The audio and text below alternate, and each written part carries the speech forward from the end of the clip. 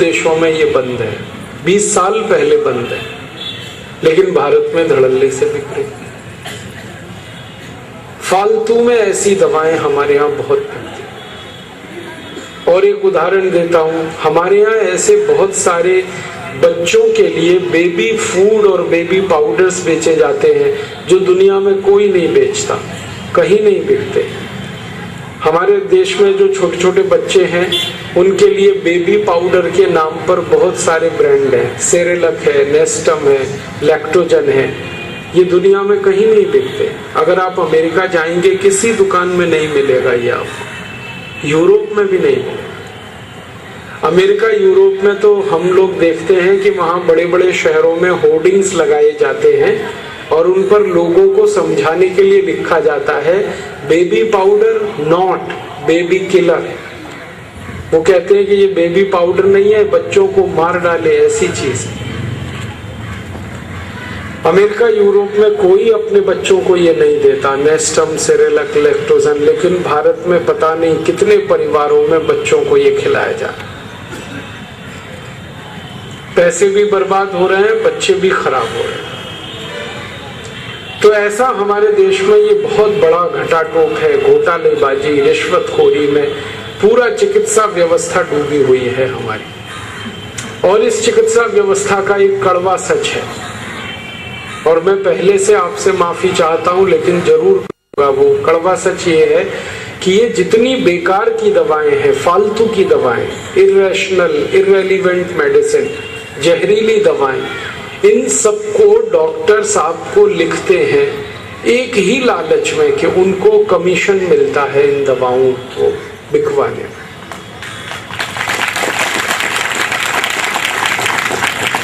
हमारे भारत के बड़े बड़े डॉक्टर्स को मैं मिलता रहता हूँ, उनकी जो प्रेस्क्रिप्शन स्लिप है वो मैं इकट्ठी करता रहता हूँ।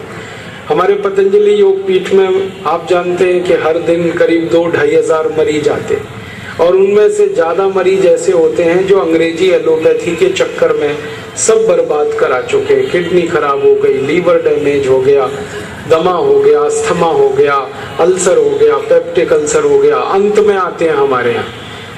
तो पहले कहाँ कहाँ इलाज कराया हम उनसे पूछते हैं, तो उनके प्रेस्क्रिप्शन स्लिप में देखता हूँ, तो डॉक्टर्स की लिखी हुई ऐसी ऐसी दवाएं देखकर मैं हैरान हो जाता हूँ, जिन दवाओं को कोई भी ईमानदार और संवेदनशील डॉक्टर अपने को नहीं खिला सकता, अपने घर परिवार के लोगों को नहीं दे सकता, वो दवाएं डॉक्टर मरीजों को लिखता रहता है। और जब वो स्लिप लेके हम डॉक्टर्स को मिलते हैं और कहते हैं कि आपने ये दवा कैसे लिख दी इस मरीज को, क्योंकि इस दवा के तो 100 से ज्यादा दुष्परिणाम है, दुनिया के इतने देशों में ये बैन है, आपने कैसे लिखा इसको, तो वो डॉक्टर्स जो है ना मुस्कुरा के रह जाते हैं। और जो थोड़े हमारे नजदीकी हैं वो कहते हैं क्या बताएं भाई, कमीशन मिलता है इसमें। और कमीशन थोड़ा बहुत नहीं मिलता, 40% तक मिलता है। आपको शायद ये बात मालूम है या नहीं कि अगर आप किसी केमिस्ट की दुकान से 1000 रुपए की दवाएं खरीद रहे हैं, किसी डॉक्टर की स्लिप पर लिखी हुई, प्रेस्क्रिप्शन स्लिप पर लिखी हुई, तो उसमें से 400 रुपए डॉक्टर के पास जाएगा। ये सारे केमिस्ट जो है ना डॉक्टर्स के साथ जुड़े हुए हैं, कमीशन खोरी हैं। वो दवा बेचेंगे, मुनाफा आएगा, उसमें से 400 रुपए डॉक्टर के पास पहुंच जाएगा। और ये काम और बड़े पैमाने पर होता है जब बड़ी बड़ी कंपनियां अपनी दवाएं डॉक्टर से लिखवाने के लिए कमीशन देती हैं। कैसे कमीशन देती हैं? बहुत सारी कंपनियां डॉक्टर्स को कार देती हैं, गिफ्ट में कार दे देती हैं, टेलीविजन दे देती हैं, मोटरसाइकिल दे देती हैं, घर में एसी लगवा देते हैं। कई कई कंपनियां तो डॉक्टर्स के परिवारी लोगों को स्विट्जरलैंड घूमने का टिकट दे देती हैं, हांगकांग, सिंगापुर का टिकट दे देते हैं, कहते हैं जाओ खरीदी करके आओ। अब वो डॉक्टर जब कंपनी से कार पा जाएगा, स्कूटर, मोटरसाइकिल लेगा, उनकी बहुत सारी सुविधाएं लेगा, तो वो तो उनका जल खरीद गुलाम हो गया। अब तो कई कंपनियों ने इतने खराब खराब तरीके निकाले हैं इस रिश्वतखोरी के कि बहुत सारे डॉक्टर्स हैं जिनके बेटे बेटियों की पढ़ाई का खर्च दवा कंपनी देती है, डॉक्टर्स के टेलीफोन का खर्च दवा कंपनी भरती है, डॉक्टर्स की गाड़ी में डीजल पेट्रोल का खर्च दवा कंपनी देती है। तो वो डॉक्टर वही दवा लिखते हैं जिसको कंपनी कहती है, और कंपनी वो दवाएं लिखवाती है जिसमें मुनाफा बहुत हो, और मुनाफा उन्हीं दवाओं में है जो सबसे खराब और रद्दी दवाएं। ये सारा रैकेट ऐसे चलता है। तो इस चक्कर में आप जो दवाएं खा रहे हैं, आप नहीं जानते कि उन्हीं दवाओं से आप और ज्यादा बीमार होते चले जा रहे हैं। आप नहीं जानते कि कितनी ऐसी दवाएं हैं जो आपके घुटने के दर्द के लिए जिम्मेदार हैं। जितनी एंटीपायरेटिक और एंटी एनाल्जेसिक मेडिसिन है, ये सब घुटनों का दर्द करती है।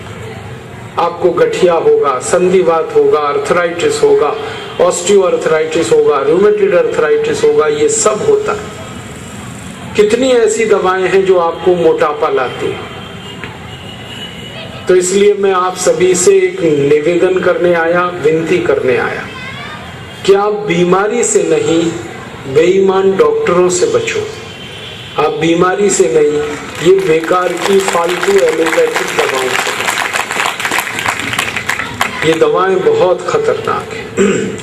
आपको मालूम है, अमेरिका जैसे देश में अभी जो ज्यादा ईमानदार और संवेदनशील डॉक्टर्स हैं, उन्होंने एक समूह बनाया है और अपने मरीजों को वो कहते हैं कि ट्रीटमेंट विदाउट मेडिसिन, बिना दवाओं के इलाज करवाओ अपना। अमेरिका में अब ये अभियान शुरू हो गया, कनाडा में ये अभियान शुरू हो गया। यूरोप के देशों में जो सेंसिटिव और इंटेलिजेंट डॉक्टर्स हैं, वो भी यही काम में लग गए हैं। ट्रीटमेंट विदाउट मेडिसिन, बिना दवा के इलाज करना बीमारियों का। आप पूछेंगे वो डॉक्टर कैसे करते हैं ये सारा काम, बिना दवा के बीमारियों का इलाज? आपको खुशी होगी, आनंद होगा कि ये सारा अभियान वो योग और प्राणायाम की ताकत पे चला रहे हैं।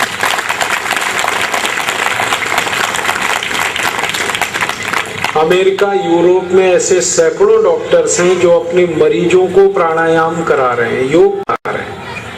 अमेरिका, यूरोप में ऐसे सैकड़ों हजारों डॉक्टर हैं जो अपने मरीजों को आयुर्वेद की दवाएं दे रहे हैं, और सिर्फ एक ही कारण से कि अंग्रेजी एलोपैथिक दवाओं ने बर्बाद कर दिया है लोगों को। शरीर बर्बाद हुआ है, पैसे बहुत बर्बाद हुए। तो जब अमेरिका, यूरोप में योग प्राणायाम चालू हो गया है, तो भारत में क्यों नहीं करना? इसलिए परम पूजनीय स्वामी रामदेव जी ने भारत के एक एक गांव के हर व्यक्ति को योग प्राणायाम सिखाने का संकल्प लिया है, और इसी के लिए ये भारत स्वाभिमान का आंदोलन शुरू किया। आपको एक बात बताता हूँ, थोड़ा आनंद आएगा, आपको खुशी होगी। अमेरिका में हर रविवार के दिन सारे बड़े शहरों में कोई भी खाली जगह नहीं है जहां पर प्राणायाम और योग ना होता हो। जैसे ये रायगढ़ का रामलीला मैदान है, ऐसे अमेरिका में जगह जगह मैदान है, पब्लिक पार्क्स कहते हैं उनको। हर रविवार के दिन लोग भरे रहते हैं उन पब्लिक पार्क्स में, प्राणायाम करने के लिए इकट्ठे होते हैं, योग करने के लिए इकट्ठे होते हैं। और अब अमेरिका में ये हालत हो गई है कि रविवार वाले दिन ज्यादा लोग योग और प्राणायाम करने जाते हैं, चर्च में पूजा करने नहीं आते। तो अमेरिका के चर्च में आने वालों की संख्या बहुत कम हो गई है। तो चर्च के जो पादरी है ना, वो अब बहुत परेशान होने लगे और उन्होंने गुस्सा करना शुरू कर दिया है कि लोग चर्च में नहीं आते, सब प्राणायाम करने चले जाते।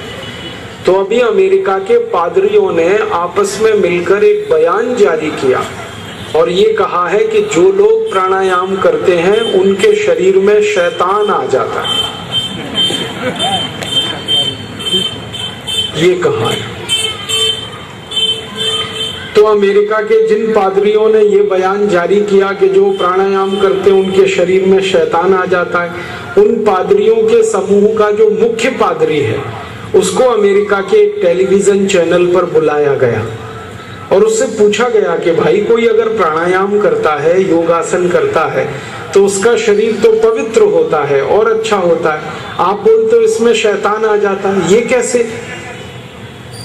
तो उसने गुस्से में कहा कि ये सब लोग हमारे चर्च में तो आते नहीं है, चर्च तो खाली हो गए हैं और सब पार्क में प्राणायाम कर रहे हैं, योगासन कर रहे हैं, हमारे चर्च की इज्जत कम हो रही है, सम्मान कम हो रहा है। तो इसका मतलब उनका धर्म खतरे में पड़ गया है। योग प्राणायाम की ताकत इतनी बड़ी।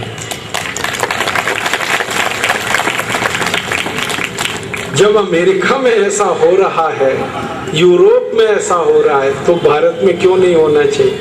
क्योंकि योग प्राणायाम तो भारत की विद्या है। परम पूजनीय महर्षि पतंजलि ने इसको भारत से प्रारंभ किया, सारी दुनिया में इस विद्या को भारत ने फैलाया। तो भारत में योग प्राणायाम क्यों नहीं बढ़ना चाहिए? जब अमेरिका में बढ़ता है, यूरोप में बढ़ता है, तो हमारे यहाँ भी होना चाहिए। इसलिए हम गांव-गांव जाते हैं, हर एक व्यक्ति को प्राणायाम कराते हैं, योगासन सिखाते हैं और उसको आयुर्वेद के बारे में बताते हैं। तो आपसे भी मेरा यही निवेदन है कि आप भी योग प्राणायाम करें अपनी हर बीमारी के इलाज के लिए। और मैं आपको विनम्रता पूर्वक लेकिन दृढ़ता के साथ ये कह रहा हूँ कि एक भी बीमारी आपकी एलोपैथी दवाओं से ठीक नहीं होगी।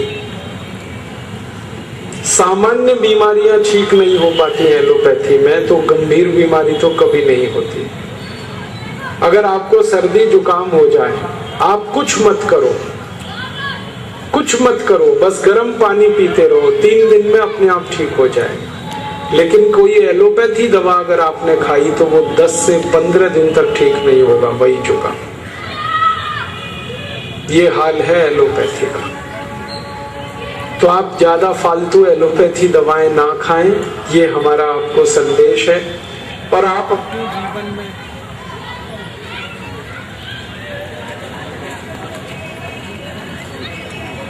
योग प्राणायाम का अपने जीवन में उपयोग करें, हर बीमारी का समाधान आपको वहां मिलेगा। तब आप ये कह सकते हैं कि हमको तो पता ही नहीं है कौन सी दवाएं हैं आयुर्वेद में जो हमारी बीमारी को ठीक कर सकती हैं, प्राणायाम कौन कौन से हैं जो हमारी बीमारियों को ठीक कर सकते हैं। तो आज मैं आपको ऐसी कुछ दवाएं बताना चाहता हूं जो आयुर्वेद में बहुत अच्छी मानी जाती हैं और हमारे घर की रसोई में आराम से वो दवाएं मिल जाती हैं। हमारे जो घर की रसोई है वो दवाओं का सबसे बड़ा भंडार है। तो रसोई घर में जितनी दवाएं हैं और बहुत अच्छी हैं और आयुर्वेद में हजारों वर्षों से इस्तेमाल हो रही हैं, ऐसी कुछ दवाएं मैं आपको बताऊंगा। आपके पास अगर कागज है, कोई डायरी है, नोटबुक है, तो आप जरूर लिख लीजिए और ये दवाएं आपके बहुत काम आएंगी। हमारे जो योग शिक्षक बैठे हैं वो तो जरूर लिखें, क्योंकि हर दिन वो योग कक्षा में जाते हैं और हर दिन उनको इन दवाओं के बारे में लोगों से बात करने में आसानी हो जाएगी।